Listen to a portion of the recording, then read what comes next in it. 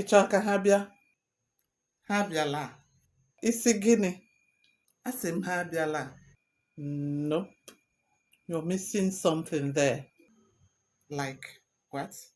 You see, the suffix la is not an Igbo negative marker. It is a past tense marker. We have e or yi, depending on the vowel harmony, or na, which could be suffixed to a verb to negate it. Example, anyị abịaghị, ha achọghị, amaghị m, or ha abịana, erina nri ahụ, ekwuna. These are the Igbo negative markers, e, yi, and na.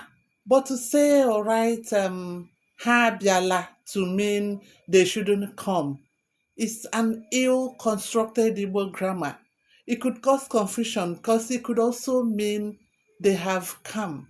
So you see, the suffix la is a past tense marker and not an Igbo negative marker. See, Igbo language is unique and interesting.